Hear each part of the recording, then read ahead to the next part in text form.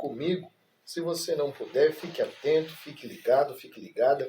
Eu tenho uma mensagem de Deus para a tua vida e o tema desta mensagem está A Contramão de Deus. É uma mensagem que eu gosto muito. Por quê? Porque é uma mensagem que mostra tanto para mim quanto para você que Deus, ele age diferente daquilo que eu penso, daquilo que você pensa. Vamos acompanhar? Capítulo 16, versículo 7 vai dizer assim: Porém, o Senhor disse a Samuel: Não atentes para a sua aparência, nem para a grandeza da sua estatura, porque o tenho rejeitado. Porque o Senhor não vê como vê o homem. Porque o homem vê o que está diante dos seus olhos, porém o Senhor vê o coração, tá bom? Fique atento aí, Deus tem algo para você. Aproveitando aqui este ensejo, mandar um abraço para a Rafaela. Como eu disse aqui, a Rafaela é a esposa do Marcos, mas os filhos é o Brandon, a Ana Júlia, a Sarinha e a pequena Larinha. Um grande abraço para vocês. Vocês moram no meu coração, tá? Jamais serão esquecidos. A minha sogra, Dona Maria, está nos acompanhando. Lá em Diadema também tem a irmã Ruth nos acompanhando. Que o Senhor Jesus abençoe a vida de todos vocês. Como dissemos aqui, esse texto fala sobre uma ordem dada por Deus a este homem chamado Samuel. Samuel era um profeta de Deus, recebe essa ordem para que ele fosse à casa de um homem chamado Jessé. Deus disse para ele: desce à casa de Jessé, porque dentre os filhos dele eu escolhi um rei. Deus já tinha rejeitado Saul, que era o rei na atualidade, e já tinha também escolhido o próximo rei. Quando ele diz para Samuel: vá até a casa de Jessé, era porque Deus já tinha algo novo para a nação de Israel. E aqui eu quero chamar a tua atenção, porque quando Deus começa a fazer a obra, preste atenção nisso. Quando Deus começa a fazer a obra, tem gente que a obra é algo, acha que a obra é algo específico. Não. A obra de Deus ela é tão grande que quando ele começa, ele fala para Jessé, e a partir dali ele começa a dar os primeiros passos de uma grande obra para a nação de Israel. Note que eu disse, Samuel vai até a casa de Jessé, e quando ele vai ungir o filho, ele acha que era o primeiro filho. Ele acha que era Abinadab o primeiro, era Eliabe, era Samar, quando na verdade, todas as vezes que ele tentou por si mesmo, Deus disse: Samuel, cuidado.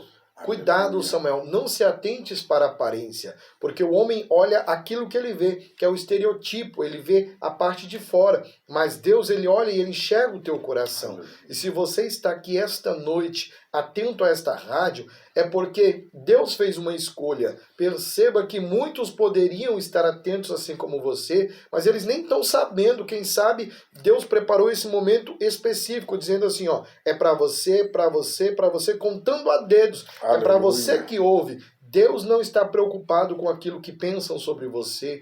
Deus não está preocupado com o que você acha sobre você. Deus te escolheu porque ele tem algo extraordinário para você. E ele não olha para o momento atual que você vive. Isso é uma preparação de Deus para algo que ele vai fazer na tua vida lá na frente. Tanto que ele diz para Samuel: não se atentes pela aparência, tá? Eu olho para o coração. Então, o coração do homem, segundo a Bíblia, ele é enganoso. Aquilo que a gente acha que nós queremos hoje, amanhã é diferente. O pedido já muda. Então, Deus tem coisas extraordinárias para nós que nem mesmo nós sabemos.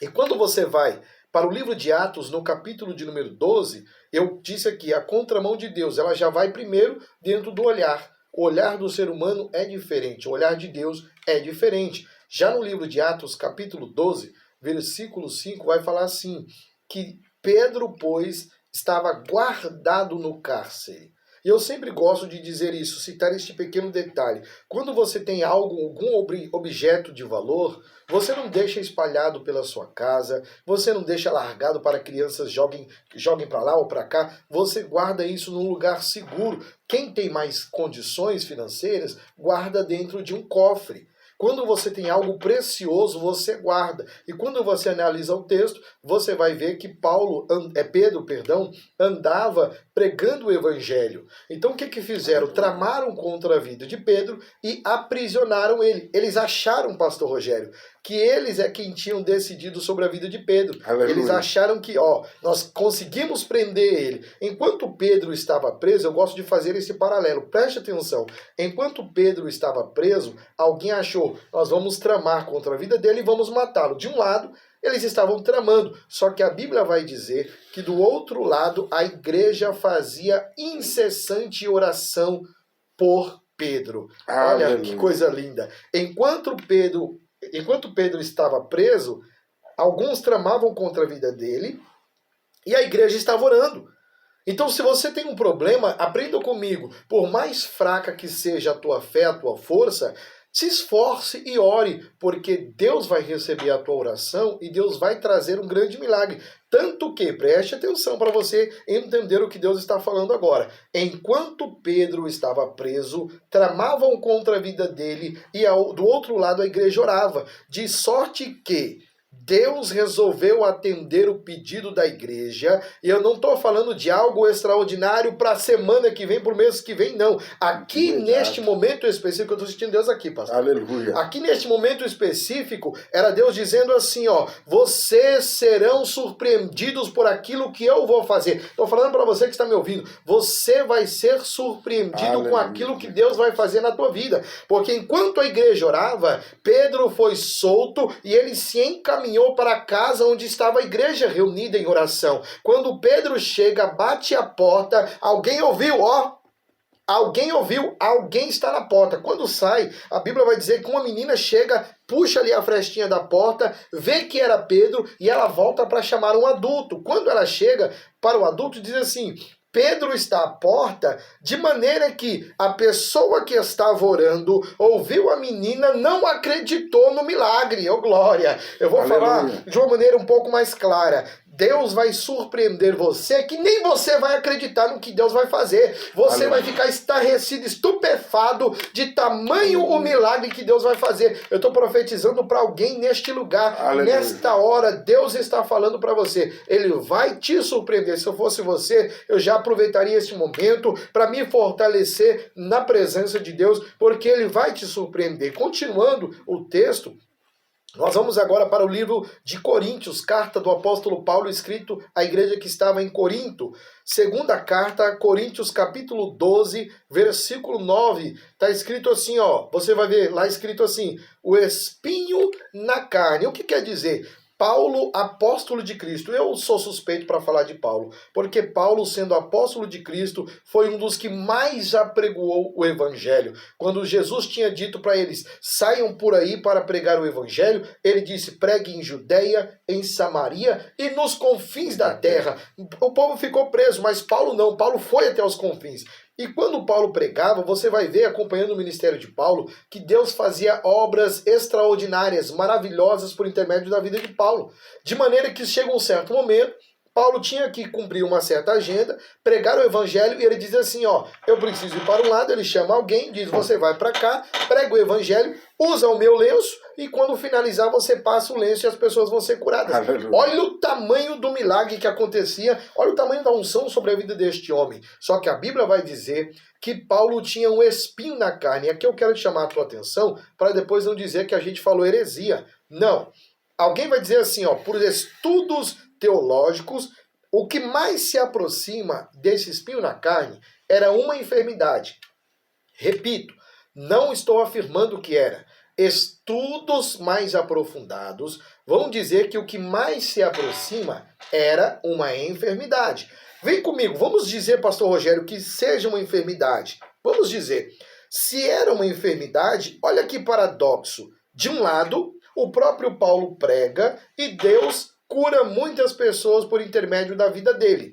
Só que aí Paulo chega em casa e Paulo tem um espinho na carne. Que negócio é esse? É um paradoxo que traz à mente de algumas pessoas. Por quê? Porque você prega o evangelho, você faz missões, você evangeliza, você louva, você toca, você limpa a igreja, você se esforça pela obra, você está perto de Deus, diante de Deus, e passa por uma luta como essa que você está passando. Aí você se questiona e entra em parafusos. Meu Deus, por que eu estou passando por isso? Se eu sou um servo temente a ti, se eu sou uma serva fiel a ti, por que é que eu estou passando por isso? Paulo também fez essa mesma pergunta. Só que quando Paulo entra no seu quarto, fecha a porta, e aqui eu glorifico a Deus por este momento, quando ele ora a Deus, ele questiona a Deus e diz, por que é que eu estou passando por isso? Aí a resposta de Deus é algo extraordinário, algo poderoso, porque Deus olha para Paulo e fala, Paulo, a minha graça te basta. Sabe o que quer dizer isso em outras palavras? Quer dizer assim, Paulo, eu te conheço.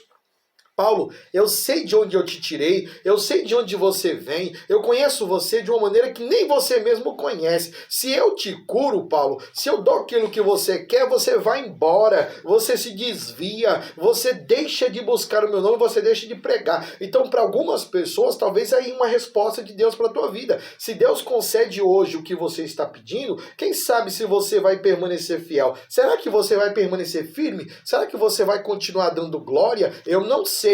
Você talvez não saiba, mas Deus ele sabe. Então nesta hora, receba a graça de Deus sobre a tua vida. Aleluia. Porque enquanto a graça de Deus desce, ele vai te dando forças para caminhar, ele vai suprindo as tuas necessidades, ele vai te dando ânimo e você vai caminhar por mais umas léguas aí e você vai entender que Deus ainda está no controle de tudo.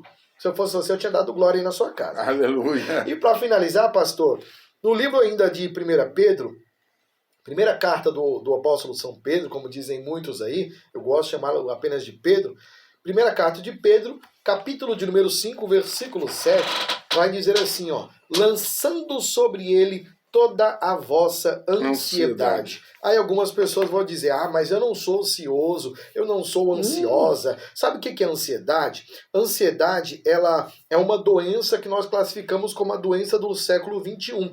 É uma doença que traz frustração por aquilo que a pessoa estava esperando, né? Ela traz um desespero e, por fim, ela vai até a angústia. A pessoa está angustiada porque ela almeja alguma coisa que não aconteceu ainda. Ela está aguardando um futuro, só que ela quer que aquele futuro aconteça agora. Então Deus está nesta noite dizendo para você ansioso, ansiosa, que talvez esteja passando aí por um momento de até mesmo aquela doença chamada depressão. Quem passou pela depressão sabe, não é uma frescura, alguma coisa que as pessoas possam dizer por aí. Não, é uma doença. E ela precisa ser tratada. Se você tem um problema como a depressão, procure o pastor da tua igreja, procure um obreiro, procure alguém que você tenha um pouco mais de intimidade para conversar sobre isso, porque Deus tem cura para você por intermédio dessa conversa. Nós estamos aqui em oração hoje, sintonizados dentro daquilo que Deus nos ensina, mas quem sabe no momento da conversa você vai receber o teu milagre. E aqui, nessa ansiedade, nós vamos aprender que o próprio Jó, já citei aqui hoje, Jó capítulo 14, versículo 7, ele vai dizer que há esperança para a árvore. No meio do texto ele vai falar sobre o cheiro das águas. Para finalizar, sabe o que quer dizer o cheiro das águas, pastor? Quer dizer o seguinte, quando acontece aquele processo que aprendemos no colégio, onde o sol aquece a água começa a evaporar, começa a subir, encher as nuvens, quando a nuvem está bem cheia, ela começa a soltar algumas pequenas gotículas. Essas gotículas são levadas por uma brisa tão suave que elas não são perceptíveis pelo ser humano. Elas são perceptíveis por animais e plantas. Então o que acontece? Uma árvore que foi cortada a 10 quilômetros de distância, depois de cortada, ela sente aquela brisa, isso é chamado de cheiro das águas. Quando ela sente essa brisa, o texto vai dizer, ao cheiro das águas ela brotará. Jó está dizendo assim, ó, ainda que morta para algumas pessoas, ainda que sem esperança para algumas pessoas, quando o Espírito Santo de Deus começa a trabalhar, ele começa de dentro para fora. Sabe o que Deus está dizendo para alguém ainda esta noite? O milagre vai acontecer de dentro para fora. Vai ser na tua vida de dentro para fora. Você vai perceber a mudança e você vai começar a chacoalhar a poeira, vai se levantar e vai ver que a partir daí grandes coisas o Senhor vai fazer. Então, fique com esta mensagem. Deus está na tua contramão. Se você acha que você é fraco, Deus, ele é forte. Se você acha que não consegue, Deus ele pode fazer por você. Tanto que quando Lázaro está morto, Jesus chega, podia ter falado, sai daí e já ressuscita. Não, mas a primeira coisa que ele fala é, tirai a pedra. Faça aquilo que você tem que fazer e deixe que Deus faça um milagre na tua vida, em nome do Senhor Jesus. Deus abençoe a todos. Aleluia, graças a Deus. Uma palavra maravilhosa, uma palavra que nos traz aí um grande ensino e o importante que quando Jesus disse que nós devemos lançar para Ele toda a nossa ansiedade. Essa doença desse século, ela vem acompanhando séculos atrás também. Sim. Mas o nome de Deus vai ser glorificado. Nós vamos fazer uma oração específica agora para todos vocês aí, para todos os irmãos. Também a irmã Elza, também eu queria mandar um grande abraço, a paz do Senhor Jesus para a irmã Elza, que entrou aqui também. Que o nome do Senhor seja glorificado e seja exaltado na sua vida, irmã Elza. Todos vocês aí, ouvintes que entraram aí na nossa programação, que Deus abençoe a vida de vocês nessa noite aí, e o nome do Senhor seja glorificado, seja exaltado nessa noite, que Deus abençoe cada um de vocês.